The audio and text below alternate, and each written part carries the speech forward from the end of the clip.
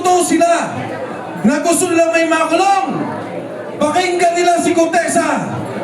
Pakinggan nila yung 18 Marines. Dahil yun ang nagdala ng pera sa mga magnanakaw at abusado. Si Saldico ang magnanakaw, sila ang nagdadala ng pera. Tayo, puro pa sila politika. Pero ang sabi nila, yung korupsyon, may mangyayari daw. May nakulong na ba? Dumaan na ang Christmas. Dumaan na ang bagong taon. Dumaan na ang Valentine's. Nagsimana Santa na. Namatay na si Kristo. Nabuhay na. May nakulong na ba?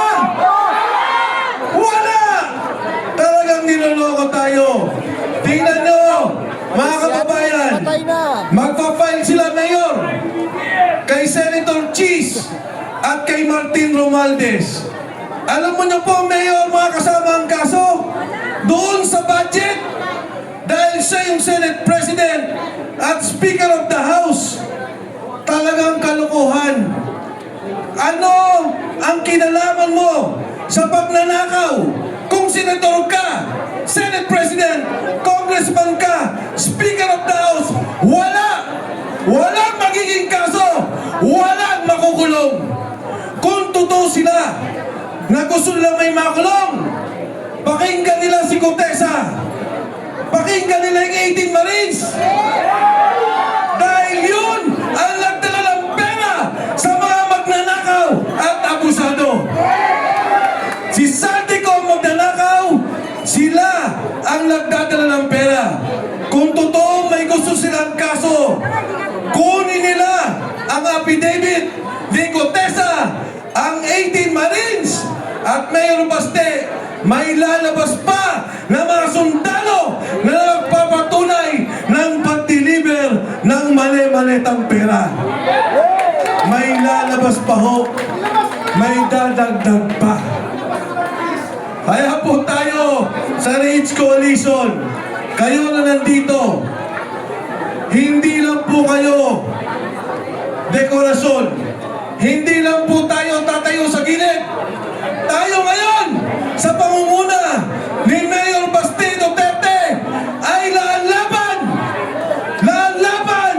makikialam at lalabas po tayo para sa ating paninindigan, laban sa korupsyon, laban sa abuso, at para mabalik ang bilyong-bilyong piso na ninakaw nila. Ito po ang tanong ko sa inyo. Nakita nyo naman si Mayor Baste kung gaano katapang makikipagbakbakan para sa inyo, para sa atin. Kayo ba? Aatras ba kayo? Aatras ba kayo? Kayo ba ay magpapatakot? Lalaban ba kayo? Mas malakas, lalaban ba tayo? Mabuhay ang pamilyang Duterte! Mabuhay ang sambayanang Pilipinas! At ngayon po, tinatawagan natin ang presidente ng ating koalisyon kasama ang iba't ibang organisasyon. Hindi lang po siya leader ng Davao, hindi lang siya leader ng Mindanao. Ngayon, leader ng koalisyon at leader po natin sa buong sambayanang Pilipino, ang ating tagapangulo, Mayor Baste Duterte. Mayor, for the whole taking, may I call on you to please come up the stage. Mayor Baste, Speaker, Bebot. May we ask our Senator Bongo to join us, Attorney Vic Rodriguez, Attorney Jimmy Boto, Congressman Libiste, Secretary Alcusi. Attorney Harold, please join us. Kokadamat.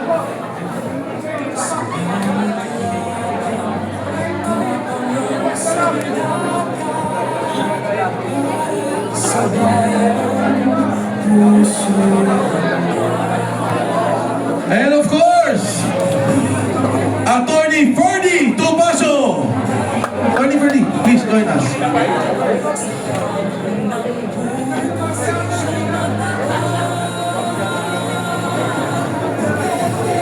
Attorney Manuel Luna.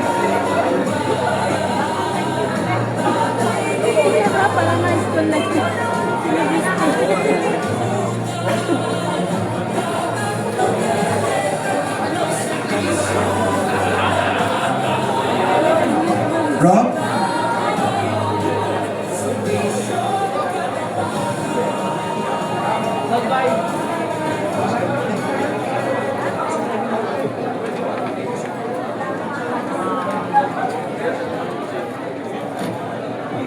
Okay, lahat po tayo.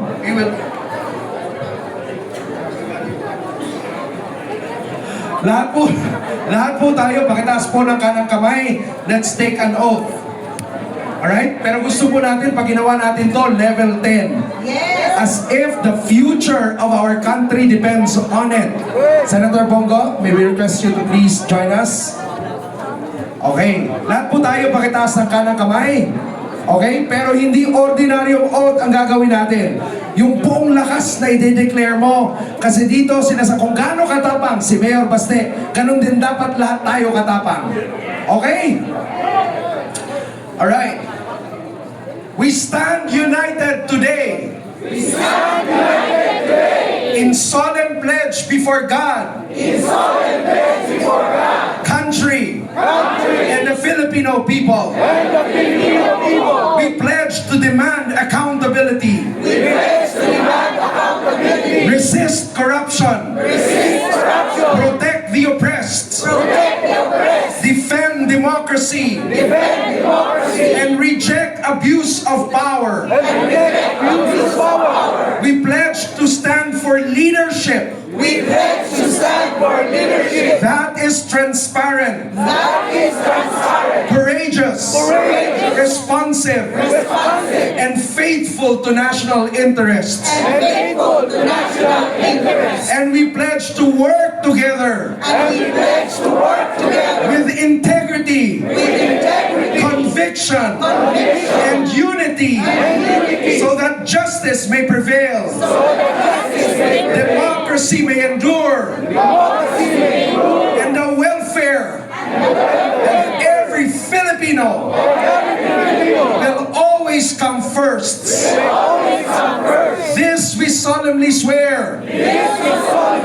Before God. Before country. And the Filipino people. Right. Maraming salamat po. Huwag muna kayong umalis. Sabay-sabay po nating kantahin itong kantang to na malapit sa ating puso.